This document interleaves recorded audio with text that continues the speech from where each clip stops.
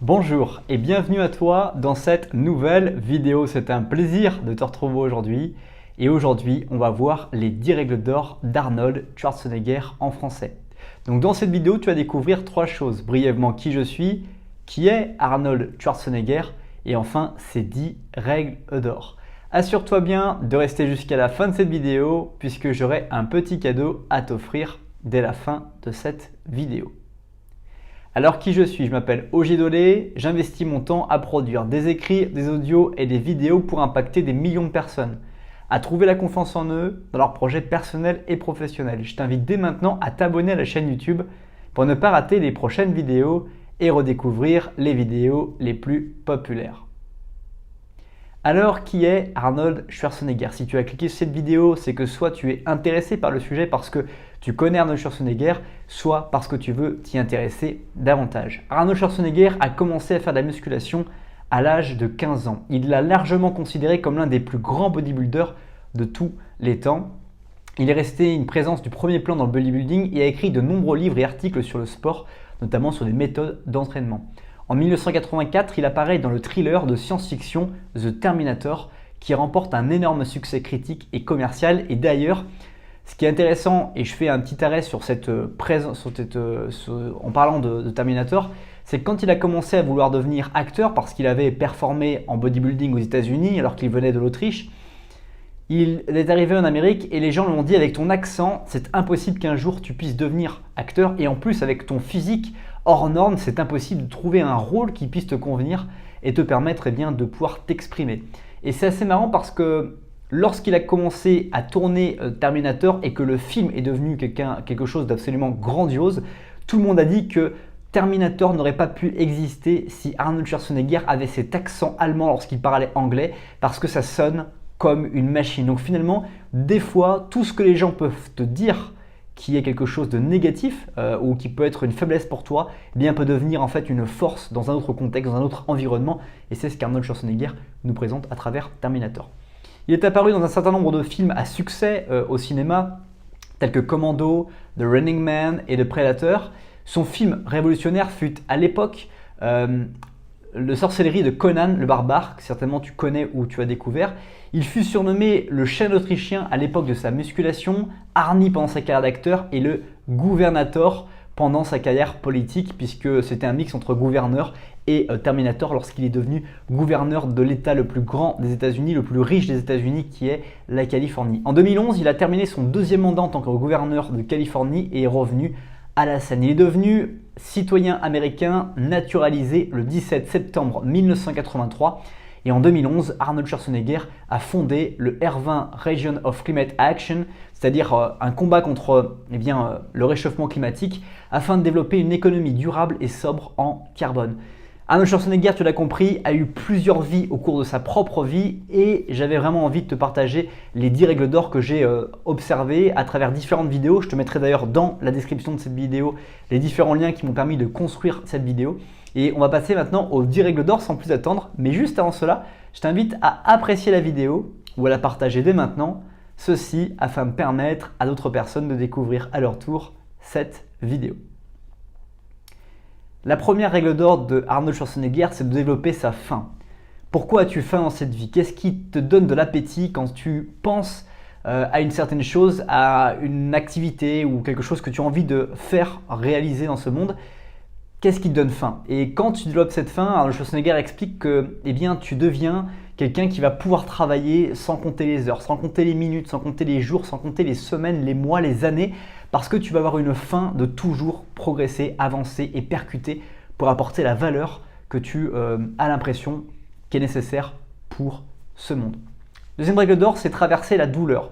Pour Arnold Schwarzenegger, quelque chose d'important aussi dans notre vie, c'est que nous allons rencontrer de la douleur et que la douleur est temporaire, mais que les choses sont souvent permanentes. C'est-à-dire que quand tu vas vouloir réaliser une nouvelle action, un nouveau record, par exemple tu vas vouloir faire de la course à pied et tu vas vouloir remplir un record de temps dans la course que tu as à faire, tu vas ressentir de la douleur dans ta pratique. Par contre, le temps que tu vas faire, il sera permanent. C'est-à-dire que la douleur sera éphémère, elle ne durera que pendant l'effort que tu es en train de faire, mais le temps que tu feras à la fin, il sera permanent. Et c'est ça qui est assez intéressant dans la vision de Conan le Barbare, qu'il explique Arnold Schwarzenegger, c'est quand il tournait ce film, à un moment donné, il a répété une scène au moins 30 fois, et tellement il l'a répété, c'était une scène où il devait s'allonger par terre sur des pierres, et donc ses genoux saignaient, son corps, on voyait que l'épée pesait plus de 30 kilos, je crois, et donc on voyait qu'il avait des difficultés, et à un moment donné, le réalisateur a dit à Arnold Schwarzenegger, j'ai envie qu'on s'arrête parce que j'ai l'impression que tu souffres, etc. Et en fait, Arnold Schwarzenegger lui a répondu à ce moment-là, non, j'ai absolument pas de douleur, je n'ai pas mal parce que la douleur que je ressens aujourd'hui, elle est temporaire, mais le film qu'on est en train de tourner, il sera permanent. Donc cette douleur que je ressens, je la montre pas du tout à l'écran et j'ai pas du tout envie de la montrer parce qu'au contraire, eh bien je sais qu'à l'écran, on ne verra pas ça et on ne se souviendra pas et on ne saura pas d'ailleurs que j'avais des douleurs par rapport à tout ça. Et c'est la même chose avec notre vie, c'est quand on va effréner, on va vouloir obtenir des objectifs, on va vouloir remplir des choses, faire des choses dans notre vie, on va connaître de la douleur, mais cette douleur, encore une fois, elle n'est que temporaire et la réussite que tu vas atteindre grâce à cette douleur que tu ressens et ta persévérance dans cette douleur sera définitive. Troisième règle d'or, c'est le temps. Il y a beaucoup de personnes qui considèrent en fait qu'on n'a pas le même niveau de temps, alors qu'en fait on a tous 24 heures de temps par jour. D'ailleurs, on peut voir que les ministres, les présidents de républiques de différentes nations ont une capacité à faire beaucoup de choses. Alors évidemment, ils ont des conseillers, évidemment, ils ont des personnes qui les entourent et qui délèguent leur travail, mais ils font beaucoup de choses personnellement. Et comment peut-on réussir à faire ça? Et Arnold Schwarzenegger, il explique, alors avec toute sa pédagogie, c'est que généralement les gens dorment 8 heures par jour. Donc ça veut dire que ça te laisse 16 heures de temps nécessaire pour pouvoir faire des choses dans ta vie. Et lui, en fait, ce qu'il propose, c'est de dormir plus vite et de dormir éventuellement 6 heures ou de dormir moins, mais de limiter son temps de sommeil parce que le temps de sommeil n'est pas quelque chose qui est actif. Ou en tout cas, si tu veux dormir plus, il faut que tu aies mis en place différentes stratégies pendant ton temps d'éveil qui vont faire que tout le temps que tu dors sera productif d'une manière automatisée dans ta vie. Quatrième règle d'or, c'est d'être fanatique. Lorsque tu es fan de ce que tu fais, lorsque tu es fan d'une équipe, lorsque tu es fan de quelque chose, c'est beaucoup plus aisé, beaucoup plus facile de pouvoir reproduire, refaire encore et encore les actions qui te permettent de pouvoir progresser, ou en tout cas prendre du plaisir et tout en progressant encore une fois. Donc c'est vraiment quelque chose d'assez intéressant chez Arnold Schwarzenegger, c'est être fanatique de musculation, être fanatique d'apprendre des textes, de jouer des textes pour permettre à des gens de s'émerveiller, de pouvoir prendre 1 heure ou 2 heures à regarder un film et de se détendre. Être fanatique à vouloir régler, trouver des choses pour que l'état dans lequel on se trouve ait moins de dépenses, moins de cotisations, tout en ayant une meilleure qualité de vie et de meilleurs services par rapport à la communauté et la société dans laquelle nous vivons. Cinquième règle d'or, c'est avoir votre propre vision. Quelle est la vision que tu as de ta vie? Qu'est-ce que tu imagines à l'heure de ta mort avoir réalisé, avoir laissé, avoir permis de faire grandir dans cette vie? Que ce soit une famille, que ce soit une idée, que ce soit une entreprise, que ce soit des services, que ce soit des produits, quelles sont les choses que tu as vraiment envie d'avoir permis à ce monde par la vision de ton passage sur Terre ou par des choses que tu auras vécues à la fin et dans toute la globalité de ta vie. Sixième règle d'or, c'est de trouver vos mentors. Arnold Schwarzenegger parle dans son livre Total Recall, d'ailleurs je te mettrai le lien de ce livre dans la description, il explique en fait que lorsqu'il était en Autriche, lorsqu'il vivait en Autriche et puis qu'il a découvert le monde du bodybuilding, il l'a découvert à travers un magazine qu'il a finalement observé et dans lequel c'était Reg Park, un grand bodybuilder qui avait percé aux États-Unis, qui avait devenu champion de Londres et je crois qu'il était d'origine d'Afrique du Sud. Et ce qu'il s'est aperçu, c'est que ces personnes étaient vraiment motivantes. Elle expliquait ses programmes d'entraînement et c'est l'une des personnes qui l'a motivé à se mettre à développer son style, à s'entraîner, à chercher des méthodes et à chercher surtout à performer en reproduisant exactement les mêmes compétitions, en allant dans les compétitions où Reg Park allait et en essayant de devenir le meilleur petit à petit de ces compétitions-là pour réussir à obtenir le même résultat que son mentor. Donc, sixième règle, encore une fois, trouver des mentors qui vous stimulent et qui vous permettent de progresser. Septième règle d'or, c'est aimer ce que vous faites. On parlait de fanatisme, mais c'est encore une fois lié. C'est quand tu aimes ce que tu fais, tu vas avoir une capacité à pouvoir aller chaque jour à répéter les choses qui pour d'autres personnes seraient absolument impossibles d'être répétées ou en tout cas effectuées quotidiennement. Huitième règle d'or, c'est exécuter vos idées.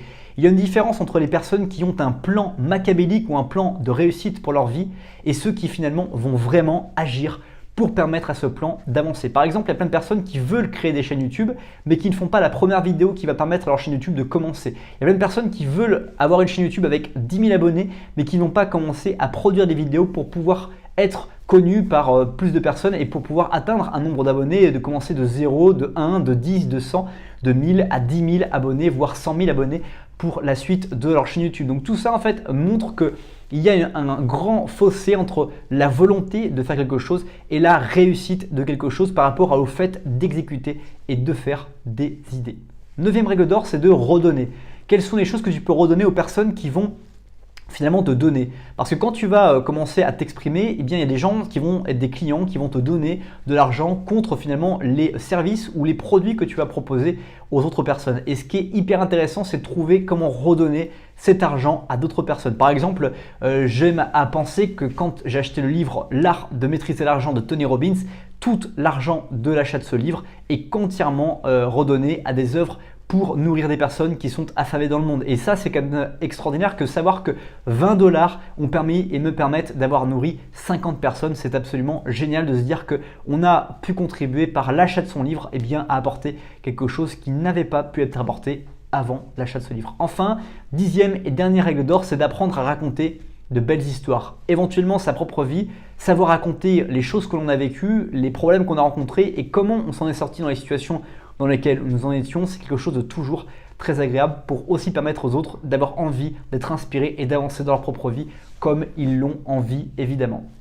C'est déjà la fin de cette vidéo, merci beaucoup d'avoir choisi le sujet de cette vidéo. Si ce n'est pas encore fait, je t'invite à ajouter cette vidéo à tes playlists, à découvrir dans la description d'autres vidéos pour aller beaucoup plus loin que cette simple vidéo.